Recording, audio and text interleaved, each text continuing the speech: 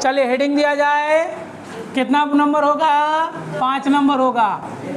ठीक है, आज हम लोग पढ़ेंगे उभय विस्थापन अभिक्रिया। उभय विस्थापन क्या रे? अभिक्रियाएं। ठीक है, अब देखो उभय विस्थापन अभिक्रियाएं क्या होती है, समझिएगा। हम लोग इसको कह सकते हैं डबल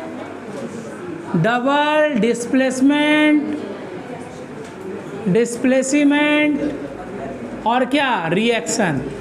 डबल डिस्प्लेसमेंट रिएक्शंस। ठीक है, जिसको कहेंगे हम लोग उभय विस्थापन या द्वि विस्थापन अभिक्रिया। देखो ऐसी रासायनिक अभिक्रिया में बच्चा लोग क्या होगा, इसमें किसी यौगिक के आयनों का विनिमय होगा। किसका होगा? यौगिक के आयनों का विनिमय होगा। जैसे अगर मान लो कि हम लोग एक एग्जाम्पल के स्वरूप लेते हैं कि एक यौगिक है जिसका नाम क्या है, बोलो तो AB। उस यौगिक के साथ एक अभिक्रिया करेगा दूसरा यौगिक जिसका नाम क्या है, बोलो तो XY। तो जब ये इसके साथ अभिक्रिया करेगा बच्चा लोग, तो ये बना देगा A के साथ, ये देखो यहाँ B के साथ बन जाएगा X का जोड़ी, और फिर A के साथ बन जाएगा Y का जोड़ी। देखो यहाँ पर हुआ क्या बच्चा लोग, दरअसल हुआ ये कि ये था प्लस और ये था क्या? ये था प्लस और ये था क्या? तो हमेशा ये ध्यान में रखिएगा कि प्लस और प्लस आपस में कभी भी अभिक्रिया नहीं करेगा। तो ऐसी स्थिति में आप क्या कीजिएगा, उसको माइनस वाले के साथ रखेंगे। यानी A प्लस वाला है तो Y किसके साथ रखे, बोलो तो माइनस वाले के साथ में। तो A चला गया किसके साथ? Y के साथ, और ये बन गया क्या हमारा? AY। ठीक है, फिर आगे देखेंगे बच्चा लोग B कैसा है, बोलो माइनस, और यहाँ देखिएगा जरा सा Y भी किस में है? माइनस है, लेकिन X में क्या है? प्लस है। तो B किसके साथ जाएगा? X के साथ। तो B चला गया किसके साथ? X के साथ। A चला आया किसके साथ? Y के साथ। कभी भी प्लस प्लस के साथ नहीं जाएगा, माइनस माइनस के साथ नहीं जाएगा, जाएगा क्या? प्लस माइनस के साथ जाएगा, और फिर बोल सकते हैं माइनस प्लस के साथ जाएगा। कभी भी प्लस प्लस नहीं होगा अभिक्रिया, माइनस माइनस नहीं होगा अभिक्रिया। तो क्या होगा? प्लस और माइनस होगा, और या फिर माइनस और प्लस होगा। तो ऐसी स्थिति में बच्चा लोग हम लोग जो देख रहे हैं कि ये वाला इसमें चला गया, ये वाला इसमें चला गया, तो 2 बार विस्थापित हुआ। यहाँ जो परमाणु है कई बार विस्थापित हुआ? 2 बार विस्थापित हुआ। इसी अभिक्रिया को कहा जाएगा बच्चा लोग उभय विस्थापन या फिर डबल डिस्प्लेसमेंट रिएक्शन। अब हम लोग देखते हैं कुछ यौगिकों के साथ में क्या फंडा है। चलो देखो यौगिकों के साथ ये हमने बनाया सोडियम क्लोराइड, जिसको क्या कहते हैं? साधारण नमक। और उसके साथ में हम लोग दिए क्या डाले इसके अंदर में? सिल्वर नाइट्रेट, जिसका नाम क्या रखे? AgNO3। जैसे ही सोडियम क्लोराइड में सिल्वर नाइट्रेट के विलयन को डाला जाता है, वैसे ही ये जो Ag है वो Cl के साथ आ जाएगा, और ये जो NO3 है वो किसके साथ आएगा? बोलो किसके साथ? यानी Ag किसके साथ आएगा? Cl के साथ आ जाएगा। AgCl होगा, और प्लस क्या हो जाएगा? Na किसके साथ रहेगा बच्चा लोग? NO3 के साथ आ जाएगा, या CNO। चलो ठीक, यानी ये हो जाएगा क्या? ये क्या? ये क्या? ये क्या? तो प्लस वाला किसके साथ रहेगा? फिर प्लस वाला किसके साथ? क्या वही चीज किए हैं क्या? तो इसी को कहलाते हैं क्या? आयनों का विनिमय। क्या कहलाता है? आयनों का विनिमय। ये बन गया सिल्वर क्लोराइड। क्या बन गया? यही सिल्वर क्लोराइड को बच्चा लोग अवक्षेप भी कहते हैं। क्या कहते हैं? ये कहलाया क्या? बोलो सिल्वर क्लोराइड। और इसी सिल्वर क्लोराइड को हम लोग क्या कहते हैं? अवक्षेप। और ये अवक्षेप कैसा होगा? तो क्या बोलेंगे? सफेद होगा। कैसा अवक्षेप? सफेद अवक्षेप होगा और ये बन जाएगा सोडियम नाइट्रेट, ये विलयन के रूप में रह जाएगा और ठोस के रूप में अलग हो जाएगा कौन? Silver chloride. इसी अभिक्रिया को हम लोग क्या कहेंगे? उभय विस्थापन अभिक्रिया कहेंगे। जैसे इसी तरह से बच्चा लोग एक और एग्जाम्पल समझ लो। जैसे दूसरा एग्जाम्पल हम लोग समझेंगे, जब फेरस सल्फेट को, है ना, फेरस सल्फाइड को जब सल्फ्यूरिक अम्ल में डालेंगे, किस में बोलो तो? सल्फ्यूरिक अम्ल में डाल देंगे तो क्या बनेगा? तो बनेगा फेरस सल्फेट। क्या बनेगा बच्चा लोग? Ferrous sulphate. और बन जाएगा हमारा, क्या रह जाएगा? H2S, यानी हाइड्रोजन सल्फाइड। और यह हाइड्रोजन सल्फाइड गैस के रूप में रहेगा। यानी यहाँ क्या हुआ? देखो यहाँ, देखो ध्यान से समझो। फेरस, ये जो लोहा है वो किसके साथ गया? बोलो तो सल्फेट के साथ। इसका मतलब ये माइनस है और ये क्या है? प्लस। और फिर ये क्या है? माइनस। और ये क्या हो जाएगा? प्लस। तो ये चला गया हाइड्रोजन किसके साथ? सल्फर के साथ। तो हाइड्रोजन सल्फाइड बना दिए। तो हाइड्रोजन सल्फाइड क्या है? गैस। क्या है? गैस। ये तीर का निशान क्या बताता है? कि ये क्या है? गैस। और ये तीर का निशान अगर उलट दें तो ये क्या बताता है? क्या है? अवक्षेप। क्लियर हो गई बात को? समझ में आ रहा है बात को? तो यानी अब इसका पहले हम लोग डिफिनेशन लिखेंगे। क्या लिखेंगे? डिफिनेशन। उसके बाद तब समीकरण को उतार लेना। क्लियर है? तो चलिए सबसे पहला डिफिनेशन लिखा जाए इसका। लिखा जाए, वैसी रासायनिक अभिक्रिया, वैसी रासायनिक अभिक्रिया, अभिक्रियाएं जिसमें यौगिकों के आयनों का आदान प्रदान होता है, उभय विस्थापन अभिक्रियाएं कहलाती है। उदाहरण नंबर 1, जब सोडियम क्लोराइड के जलीय विलयन में सिल्वर नाइट्रेट का विलयन डाला जाता है तो विलयन से सिल्वर क्लोराइड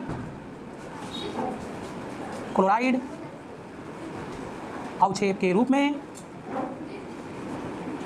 अलग हो जाता है। साथ ही सोडियम नाइट्रेट का निर्माण होता है। ठीक है? चलो उतार। तो ये वाला जो डिफिनेशन 1 नंबर का उदाहरण है उसी का समीकरण ये हो गया, है ना। दो वाले का लिखने का आवश्यकता है नहीं, ये काफ़ी डायरेक्ट समीकरण ही लिख दिए हम, है ना। ध्यान में रखना, आयनों का विनिमय करेगा, आयनों का आदान प्रदान करेगा, है ना।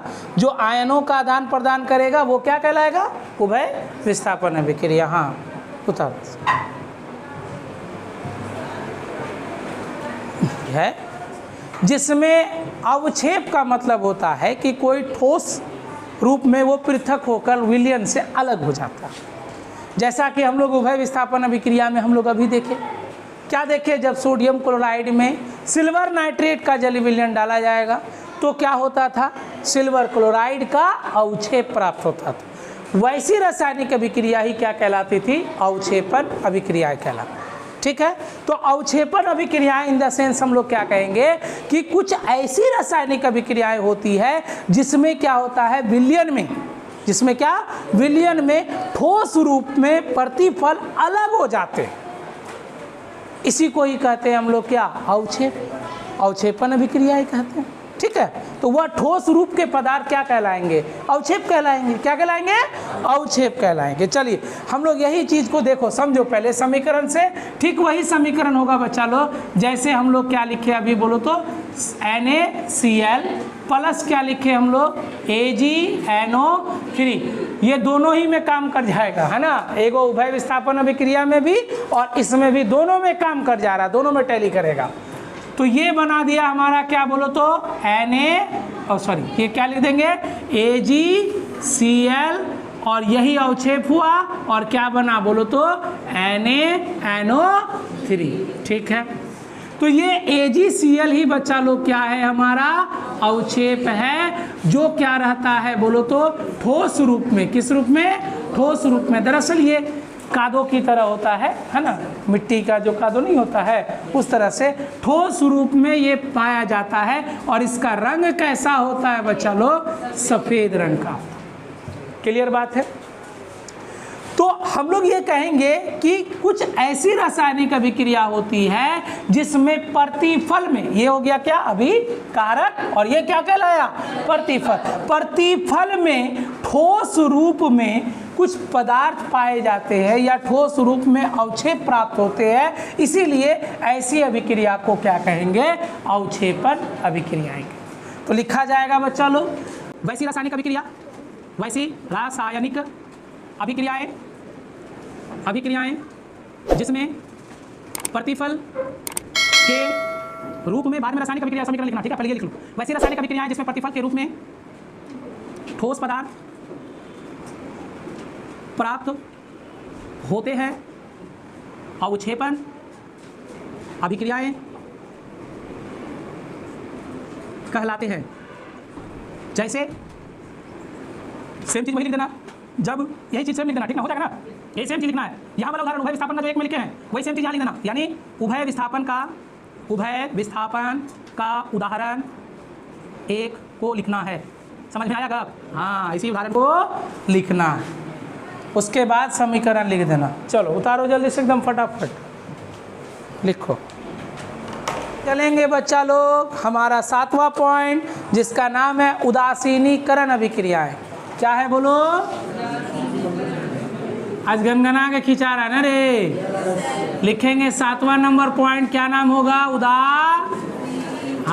उदासीनीकरण। देखो हर्षिकर दुर्गीकर देख लो, मिला लो, ठीक है। उदासीनीकरण अभिक्रियाएं, देखो उदासीनीकरण अभिक्रियाएं क्या बाजी? चलिए आइए देखो, उदासीनीकरण इसलिए भी खास बात है क्योंकि ये हमारे दैनिक जीवन से जुड़ी हुई अभिक्रिया है। अब पूछेगा सर हमारे दैनिक जीवन से कैसे जुड़ी हुई अभिक्रिया होती है? समझिएगा बात को बच्चा लोग, ध्यान दो, सुनो, बाद में लिख लेना ना, घर में लिख लोगे आराम से। सुनो पहले, ये हमारे दैनिक जीवन से जुड़ी हुई ये अभिक्रिया कैसे है? आपने अक्सर क्या देखा है, जब भूख लगती है तुम लोगों को राक्षसों की तरह, किसकी तरह? हाँ, राक्षसों की तरह भूख लगती है, तो ऐसी स्थिति में तुम कस के खा जाते हो। अब खाने के बाद होता क्या है? पेट में बन जाता है गैस, एसिडिटी। अब उस एसिडिटी को दूर करने का प्रयास करते हो। अब दूर करने के लिए क्या करते हो? एंटासिड की गोली खाते हो या इनो वगैरह मार्केट से लेके आओ, तो 6 सेकंड में काम तमाम होता है। क्या होता है एसिडिटी? इसके बारे में समझो। एसिडिटी होता ये है कि हमारे पेट में पाया जाने वाला जो अम्ल है वह अम्ल का स्रावन अधिक होने लगता है, और अधिक होने के कारण क्या होता है? पेट में गैस बनना शुरू हो जाता है। अब उस अम्ल को ख़त्म करने के लिए, उसके पावर को सीज करने के लिए हमें इनो खाना पड़ता है। दरअसल वह जो इनो होता है वो भस्मिक पदार्थ होता है, और हमारे पेट में है अम्ल, खाए हम लोग भस्म, तो उसको न्यूट्रल कर दिया। इसीलिए इस अभिक्रिया का नाम क्या पड़ा? उदासीनीकरण अभिक्रिया। मतलब उदासीन हो गया, तो हमसे जुड़ी हुई है ना, दैनिक जीवनों से जुड़ी हुई है ना, बस ये चीज़ है।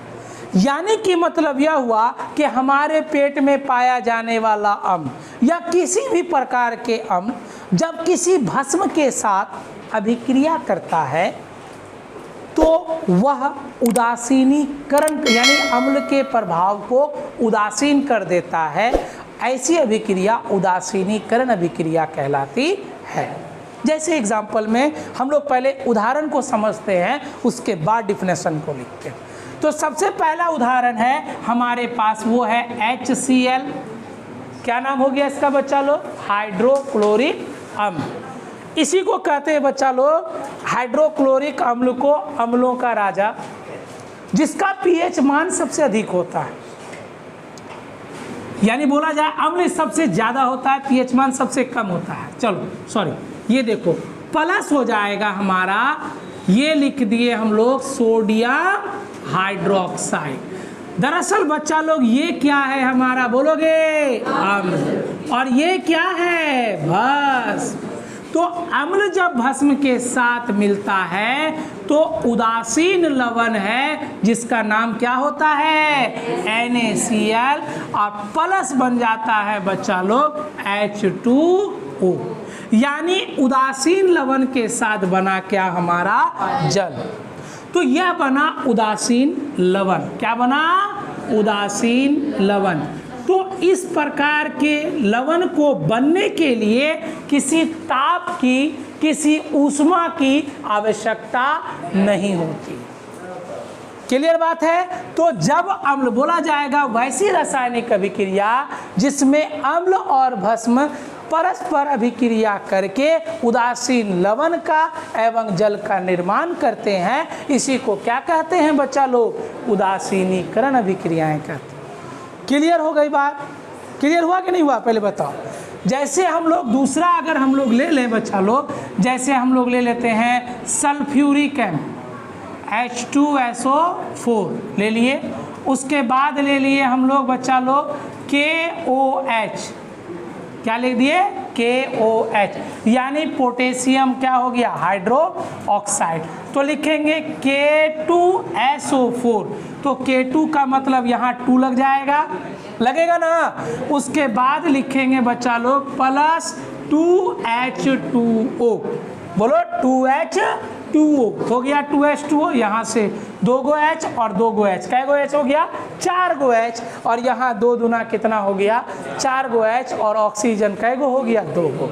अरे 1 गो बोलता, 2 गो ना हुआ जी, आगे में 2 लगा तो इसका मतलब क्या हुआ? 2 गो ऑक्सीजन ना। चलो ध्यान दो, यानी ये कैसा, ये क्या कहलाया? बोलो अम्ल। और ये क्या कहलाया? भस्म। ये क्या कहलाया? भस्म। और ये क्या कहलाएगा? बोलो तो उदासीन लवण। क्या कहलाएगा? उदासीन लवण। और ये तो पता ही है, यहाँ भी क्या बना? जल। यहाँ भी क्या बना? जल। अब समझ में आ गया गा? यानी उदासीनीकरण अभिक्रिया में ही क्या बनते हैं? उदासीन लवण बनते हैं। क्या बनते हैं? उदासीन लवण बनते हैं। किस अभिक्रिया में उदासीन लवण बनेगा? उदासीनीकरण अभिक्रियाएं में क्या बनेगा? उदासीन लवण बनेगा। क्लियर हो गया बात यहाँ तक?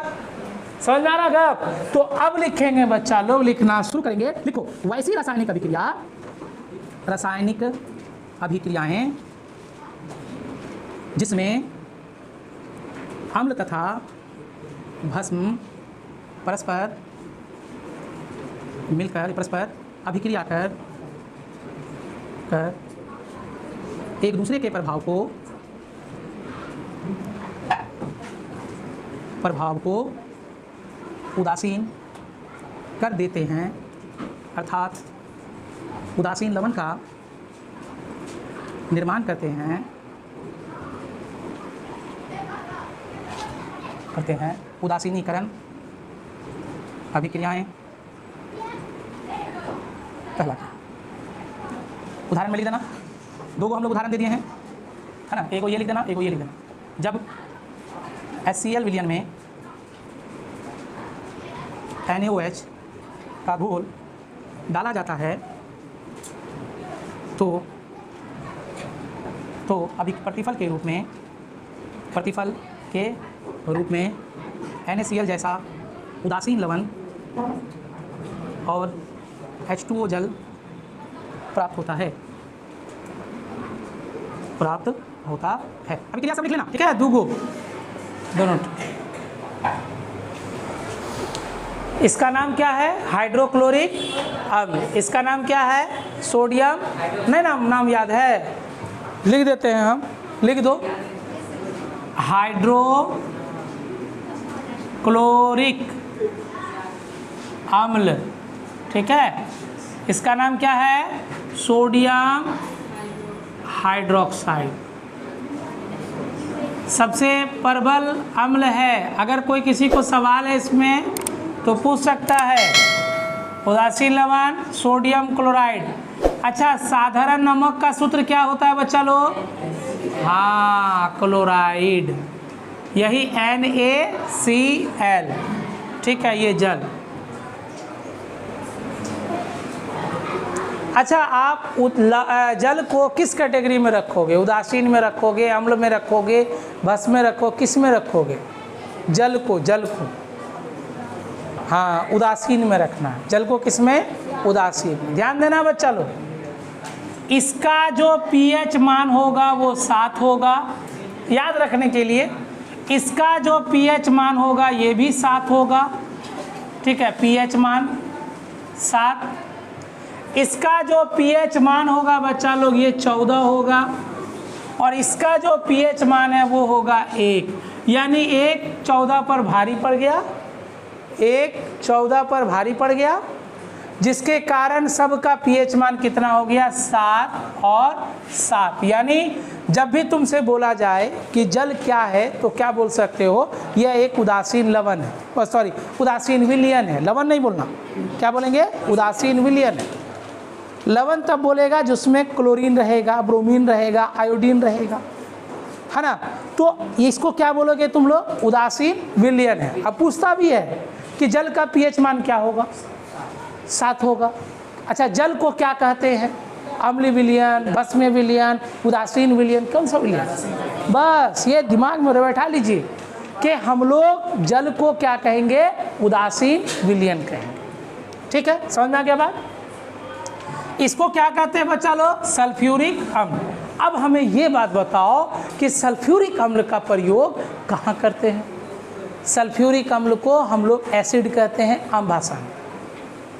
जैसे बैटरी में एसिड डाला जाता है सल्फ्यूरिक अम्ल का, है ना, और ये मिलता है बैटरी में डालने के लिए एसिड, ये मिलता है। उसमें देखोगे लिखा रहेगा सल्फ्यूरिक अम्ल यानी सल्फ्यूरिक एसिड। ये सल्फ्यूरिक एसिड तेजाब नहीं है बच्चों, इससे कुछ होने का नहीं रहता है। ठीक है, ये कुछ होता नहीं, लेकिन हाँ ये बैटरी के लिए यूजुअल है। कारण होता है बैटरी इसको आयनों के रूप में तोड़ते हैं। आयनों में आपने पढ़ा इसको प्लस में और इसको माइनस में। यही आयन ही जब चलता फिरता है तभी विद्युत पैदा होती है, यानी विद्युत होती है।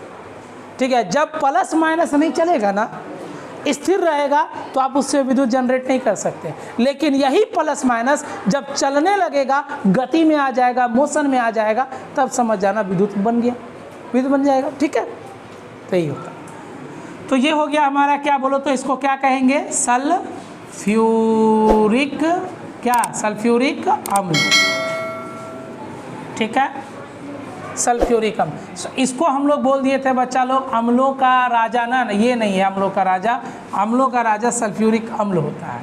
ठीक है, इसको क्या कहेंगे? Potassium hydroxide. पोटेशियम क्या बोलो तो? Hydro oxide. क्या कहेंगे इसको? Potassium hydro oxide. ये क्या कहलाएगा? पोटेशियम सल्फेट होगा। क्या कहलाएगा बच्चा लोग? पोटेशियम, लिख लोगे सब, पोटेशियम सल्फेट होगा। और ये तो जान ही रहे हो सब, जल। जल का सूत्र क्या होता है? H2O। अगर उसके आगे 2 लगा रहे या 3 लगा रहे, चाहे उससे कोई फर्क पड़ता नहीं है। चलो अब बताएं हम लोग बच्चा लोग कि यह अभिक्रिया अगर नहीं होती तो पेड़ पौधे जो है भोजन तैयार नहीं कर पाते। यानी पेड़ पौधे जिस प्रक्रिया या जिस अभिक्रिया के तहत भोजन तैयार करते हैं, उसी अभिक्रिया को क्या कहेंगे? प्रकाश रासायनिक अभिक्रिया। इसी से आता है प्रकाश संश्लेषण शब्द। कौन सा शब्द आता है? प्रकाश संश्लेषण शब्द। और ऐसी अभिक्रिया बोला जाएगा, वैसी रासायनिक अभिक्रिया जो केवल और केवल प्रकाश की उपस्थिति में घटित होगी। किसमें होगी? प्रकाश की उपस्थिति में घटित होगी, वही क्या कहलाएगा? प्रकाश रासायनिक अभिक्रिया। और अगर प्रकाश नहीं रहेगा तो वह अभिक्रिया ही संपन्न नहीं होगी। तो प्रकाश कौन सा प्रकाश? सूर्य की प्रकाश, तेज तीव्रता वाली प्रकाश, यहाँ तक कि इसका प्रयोग जो है बच्चा लोग, इस अभिक्रिया का प्रयोग पहले के ज़माने में कैमरा में किया जाता था, जिसमें रील हुआ करता था। पहले के ज़माने में कैमरा होता था, जब स्टूडियो में जाते थे, कैमरा फ़ोटो स्टूडियो में जाते थे तो वहाँ पर फ़ोटो खिंचवाया जाता था और ब्लैक एंड वाइट फ़ोटो आता था, रील में आता था, ऐसे देखता था तो भूतवा नज़र आता था खोल करके, है ना। और जैसे ही वो खोला उसका रील का कहानी ख़त्म, हवा लग के कहानी ख़त्म। कारण क्या है कि सर हवा लगने के बाद ये ख़त्म हो जाता है? दरअसल ये हवा लगने पर ख़त्म नहीं होता है, सूर्य के प्रकाश के कारण ये ख़त्म हो जाता है। इसमें ज़रा सा भी लाइट नहीं पड़ना चाहिए। जब देखोगे, जब इस फ़ोटो को निकालता होगा तो वह स्टूडियो वाला एक अंधेरे कमरे में जाएगा, वो अंधेरे कमरे में हल्की सी रोशनी जला करके उसको काम करेगा। कई फिल्मों में भी तुम लोगों ने ऐसा देखा होगा, अगर नहीं देखा है तो ये चीज़ जो स्टूडियो में है उनसे आप पूछिएगा कि पहले के ज़माने में फ़ोटो रील से फ़ोटो कैसे तैयार होता था। कंप्यूटर कहाँ होता था? नहीं होता था कंप्यूटर, उसी रील से फ़ोटो बनता था। आप जो फ़ोटोशॉप अभी ज़माने में चल रहा है ना, कि फ़ोटो खींचे कैमरा मोबाइल में खट से लिए, उसको फ़ोटोशॉप में साफ़ किए और फ़ोटो बना दिए, लेकिन पहले के समय में ऐसा नहीं होता था। पहले के समय में क्या होता था? रील्स में होता था, रील, एक लंबी सी रील आती थी। तो दरअसल बच्चा लोग वह रील, उस रील में एक विलयन रहता था, उसका नाम है सिल्वर ब्रोमाइड। क्या नाम है? Silver bromide. और जैसे ही सूर्य प्रकाश उसमें पड़ता था, सिल्वर ब्रोमाइड से सिल्वर अलग, ब्रोमीन अलग हो जाता था। तभी वहाँ पर जो सिल्वर अलग होता था तो वो जगह पर फोटो की तरह शकल छप जाता था, उसी से तब फिर फोटो निकाल लेता था। ये होता था। और वह अभिक्रिया कैसा है? प्रकाश रासायनिक अभिक्रिया। तो कहा जाएगा कि फोटोग्राफिक के रूप में कौन से यौगिक का प्रयोग किया गया? सिल्वर ब्रोमाइड का।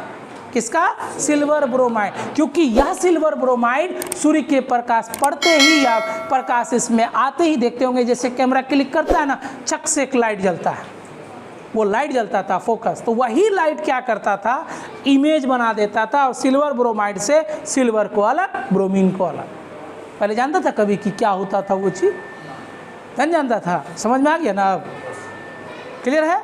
तो यानी सिल्वर अलग, ब्रोमीन अलग हो गया, तो वही सिल्वर का फोटो बन जाता था, जिससे हम लोगों को फोटो प्राप्त। तो ऐसी वैसी रासायनिक अभिक्रिया जो प्रकाश की उपस्थिति में घटित होती है, इसी को कहा जाता है प्रकाश रासायनिक अभिक्रिया। अब अगर बोला जाए कि हम लोग को हाइड्रोजन क्लोराइड तैयार करना है, तो सर हम लोग हाइड्रोजन क्लोराइड कैसे तैयार करेंगे? तो हाइड्रोजन और क्लोरीन दोनों का दोनों गैसीय अवस्था में पाया जाता है। इनकी अभिक्रिया तभी होगी बच्चा लोग जब सूर्य प्रकाश में इसको करेंगे, यानी अंधेरे कमरे में इसकी अभिक्रिया नहीं होगी। जैसा पहले भी हम बता चुके कि हाइड्रोजन क्लोरीन की अभिक्रिया सूर्य प्रकाश की उपस्थिति में घटित होगी, इसीलिए हम लोग उसको भी क्या कहते हैं? प्रकाश रासायनिक अभिक्रिया कहते हैं। क्लियर हो गया बात? इसी तरह से सिल्वर आयोडाइड भी है, इसी तरह से सिल्वर क्लोराइड भी है। सब का सब सूर्य प्रकाश की उपस्थिति में ही घटित होता है। तो चलो कुछ समीकरण से पहले समझेंगे, उसके बाद इसका डिफिनेशन लिखेंगे। समझ में आना गा? चलिए देखिए, देखो तो सबसे पहले समझोगे समीकरण से। देखो यहाँ पे सबसे पहले हम लोग अगर कहेंगे H2 प्लस क्या बोलो तो Cl2, तो हाइड्रोजन और क्लोरीन किसकी उपस्थिति में घटित होगा बच्चा लोग? बोलो, सूर्य प्रकाश। सूर्य प्रकाश, तो सूर्य प्रकाश की उपस्थिति में घटित होगा, तो ये क्या बनाएगा? 2HCl। बोलो ना क्या बनाएगा? क्लियर हो गया पहला? अब दूसरा हम लोग बात करेंगे बच्चा लोग, जैसे हम लोगों ने अभी कहा प्रकाश संश्लेषण। बोलो 6CO2 प्लस क्या लिखेंगे बच्चा लोग? 6H2O। तो ये क्या बन गया बच्चा लोग? बोलो तो C6H12O6 प्लस क्या बन जाएगा? 6O2, है ना। और प्लस यहाँ क्या कर लेंगे? ऊर्जा कर लो, कोई दिक्कत नहीं, प्लस एनर्जी कर लो यहाँ पर, ठीक है। अच्छा, यहाँ पर एक चीज़ तुम लोग देखा होगा कि सर यहाँ 12H2O होगा ना, तो वहाँ पर 6H2O बनता था, लेकिन यहाँ पर देखो कार्बन का 6 गो अणु लिए, कार्बन डाइऑक्साइड का, जल का 6 गो अणु लिए, ग्लूकोज बनाए और केवल ऑक्सीजन बनाए। हम लोग यहाँ जल के मान यानी जल को नहीं बनाए, ठीक है, ऊर्जा को रख दिए यानी ऊर्जा बना। तो ये भी किसकी उपस्थिति में घटित हुआ बच्चा लोग बोलो तो? सूर्य प्रकाश। किसकी उपस्थिति में? सूर्य प्रकाश। चलो अब दूसरा देखो, ये सब का सब कैसी अभिक्रिया है? संयोजन। यहाँ देखो संयोजन हुआ, यहाँ देखोगे तो तुम्हारा यहाँ भी संयोजन हुआ है, ठीक है। अब देखो तीसरा समझोगे। अब हम लोग कहेंगे सिल्वर ब्रोमाइड, ठीक है, क्या बोलेंगे? Silver bromide. तो यह बन जाएगा बच्चा लोग, सिल्वर अलग हो जाएगा और ब्रोमीन अलग हो जाएगा, ये Br2 हो जाएगा बच्चा लोग। तो यहाँ लगाना होगा 2Ag, तो यहाँ बन जाएगा 2Ag। तो इस सिल्वर ब्रोमाइड का प्रयोग हम लोग कहाँ करते हैं बोलो तो? फोटोग्राफिक में। किसमें बोलो? फोटोग्राफिक में। तो अब यहाँ बताओ तो क्या हुआ, संयोजन हुआ या विघटन हुआ? बोलिए क्या हुआ, संयोजन या विघटन? विघटन हुआ, क्योंकि यहाँ सिल्वर और ब्रोमीन टूटा है, टूट के 2 भागों में बढ़ गया। तो सिल्वर अलग, ब्रोमीन अलग। ये भी किस में बोलो तो? सूर्य प्रकाश में। यह प्रकाश की उपस्थिति में घटित होती है। बस काफ़ी है, 2-3 काफ़ी है, हो जाएगा। तो अब क्या लिखेंगे बोला जाए? वैसी, हाँ वैसी रासायनिक लिखा जाए। अब रासायनिक अभिक्रियाएं जो प्रकाश की उपस्थिति में घटित होती है, प्रकाश रासायनिक अभिक्रियाएं कहलाती है। अभिक्रियाएं कहलाती है। उदाहरण में ले लेंगे बच्चा लोग, हाइड्रोजन और क्लोरीन, हाइड्रोजन और क्लोरीन की अभिक्रिया केवल प्रकाश में संपन्न होगी और HCl बनाएगी, ठीक है। उदाहरण नंबर 1। बाकी समीकरण को लिख देना। तो फोटोग्राफिक में किसका प्रयोग करते हैं? Silver bromide. याद रखेंगे, सिल्वर ब्रोमाइड का प्रयोग करें।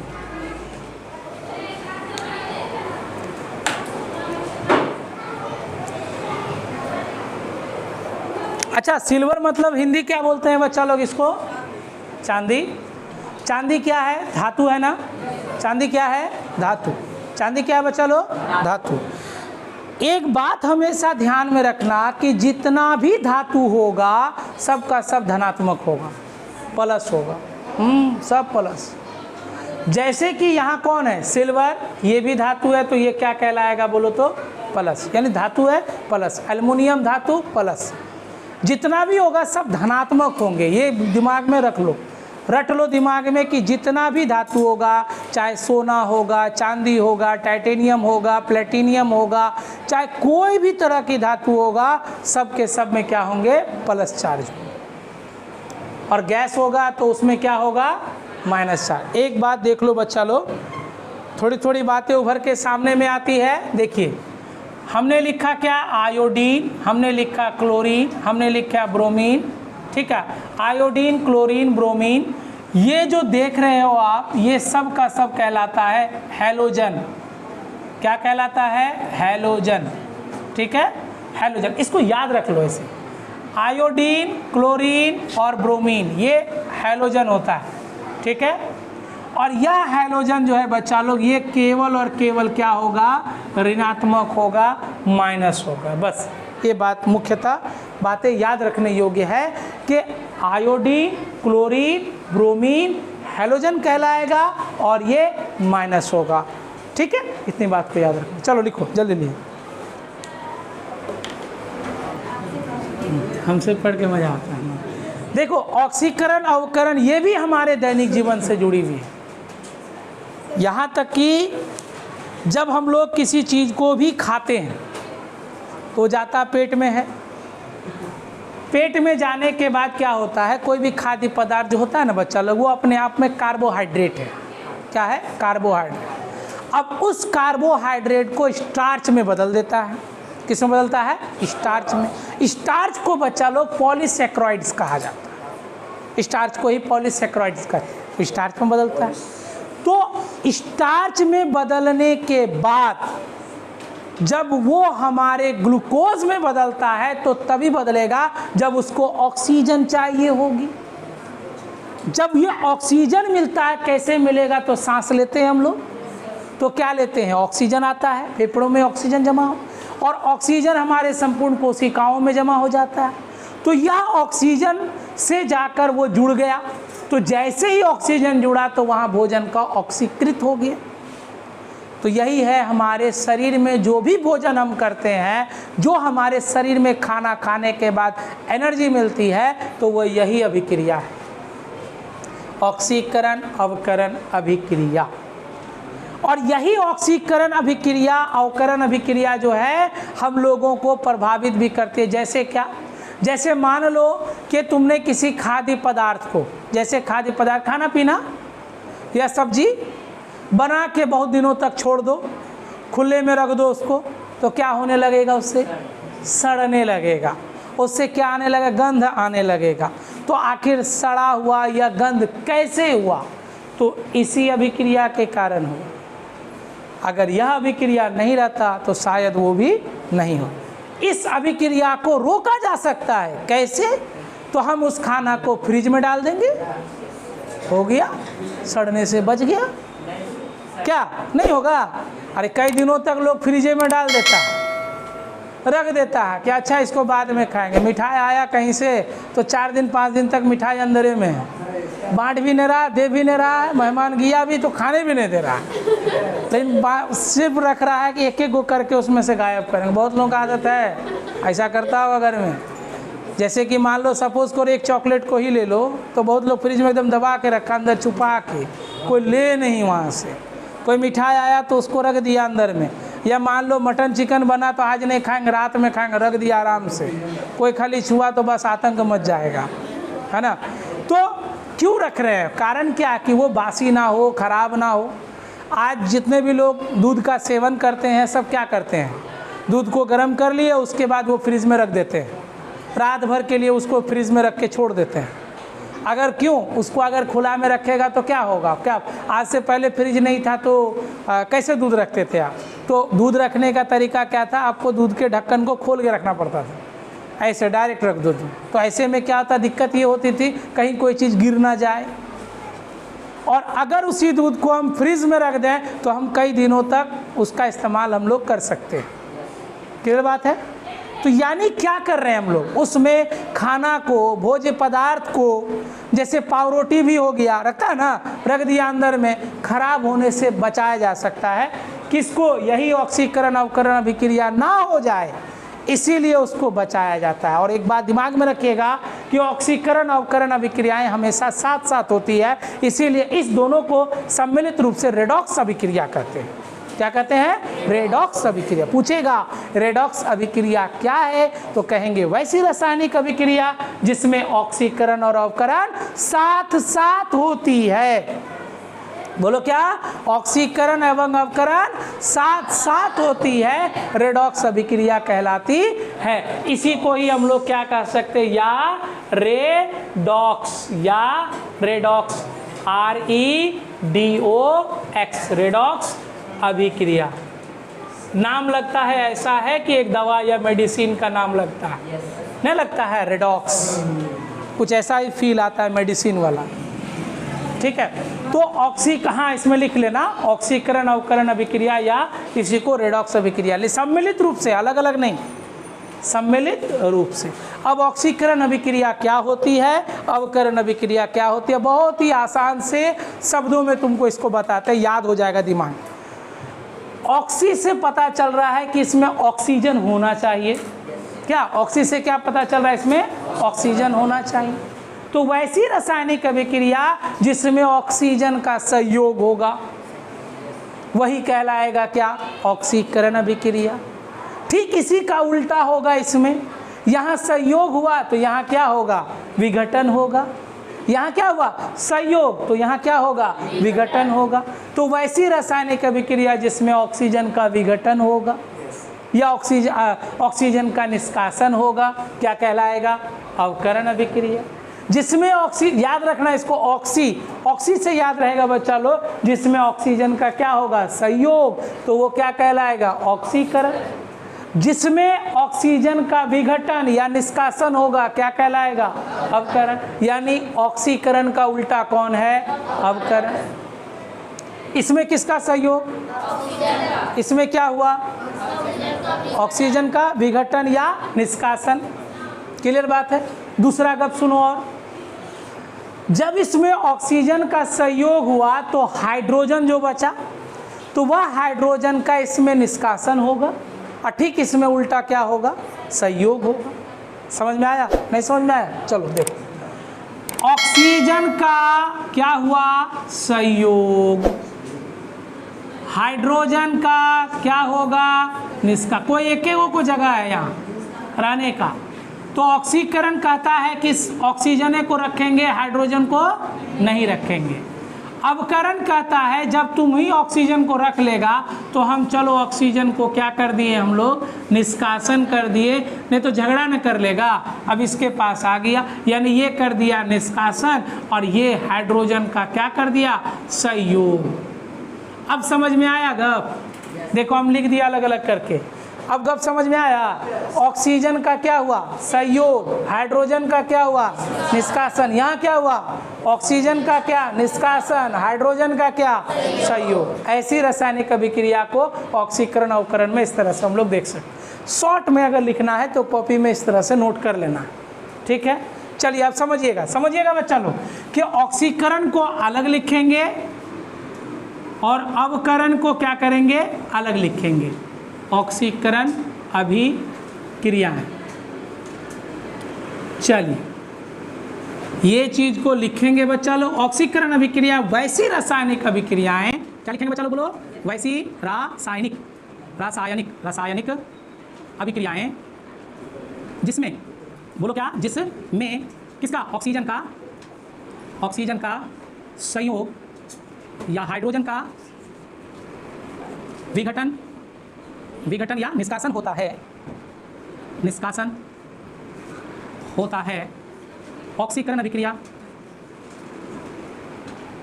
होती है, ऑक्सीकरण अभिक्रियाएं कहलाती हैं।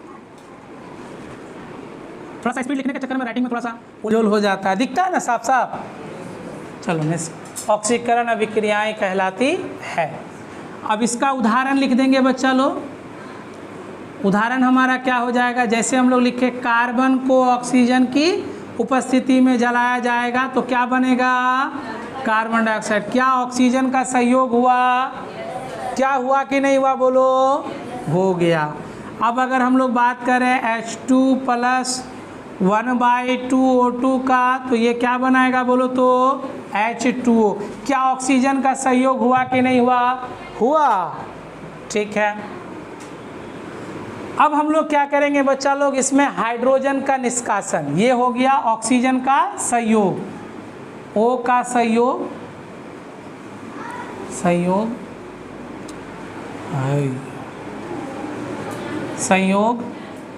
और H का निष्कासन।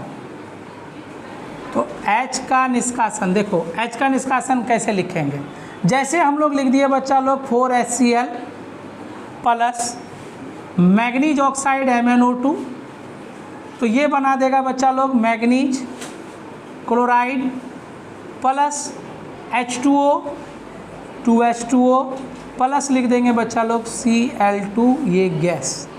देखो मिला लो तो 2 दूना 4 गो H, 2 दूना 4 गो H, ऑक्सीजन हो गया 2 गो, यहाँ भी ऑक्सीजन 2 ठो, मैग्नीज 1 गो, क्लोरीन हो गया यहाँ पर 2 दूना 4, क्लियर है, ठीक है।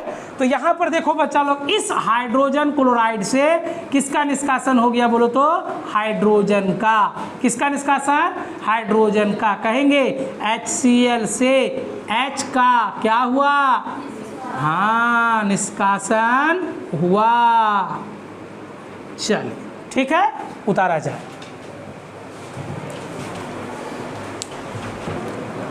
लिखेंगे आप बच्चा लोग अवकरण अभिक्रियाएं।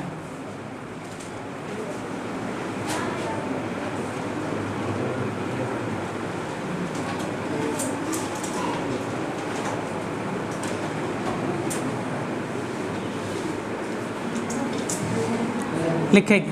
वैसी रासायनिक अभिक्रिया, जिसमें उल्टा ठीक इसी का उल्टा लिख देंगे, वैसी रासायनिक अभिक्रियाएं जिसमें हाइड्रोजन का संयोग होता है और किसका बोलो, हाँ, और ऑक्सीजन का निष्कासन होता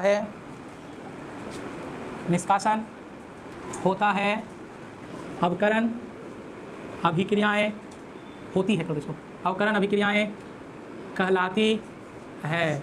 ठीक है, उदाहरण में ले लेंगे बच्चा लोग, उदाहरण में लिख देना स्टार पॉइंट H का संयोग। तो H का संयोग में हम लोग ले लेंगे बच्चा लोग H2 + Cl2। देखो हाइड्रोजन जुटा, क्या बन गया 2HCl। दूसरा कर देना ऑक्सीजन का निष्कासन, O का निष्कासन, ठीक है, O का निष्कासन।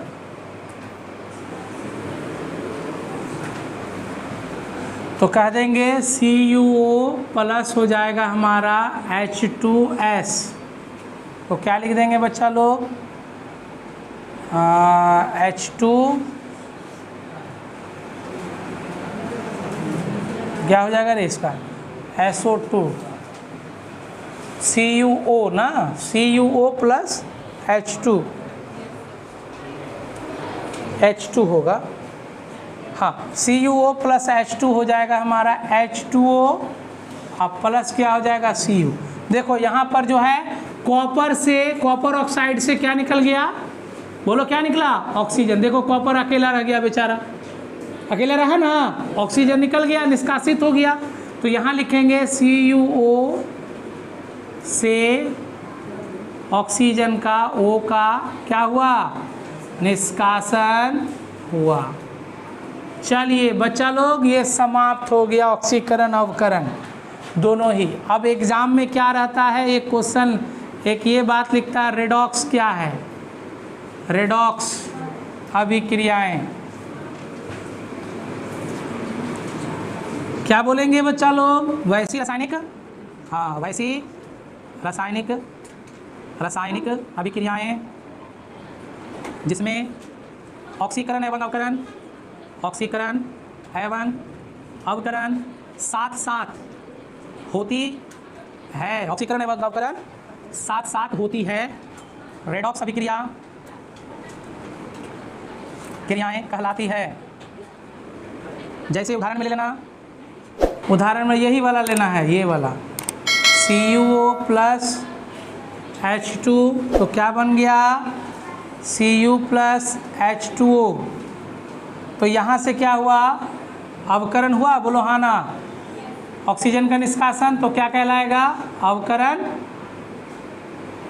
और हाइड्रोजन में ऑक्सीजन का संयोग हो गया तो क्या कहलाएगा, बोलो ऑक्सीकरण। तो दोनों ही क्या होगा, ऑक्सीकरण एवं अवकरण दोनों में साथ साथ। अरे ऑक्सीजन का जुटना क्या कहलाएगा, ऑक्सीकरण, और यहाँ ऑक्सीजन का निष्कासन होना क्या कहलाएगा, अवकरण। काम खत्म, समाप्त हो गया बच्चा लोग, यहाँ तक रहने दीजिए रेडॉक्स अभिक्रिया। ठीक है, अगले दिन।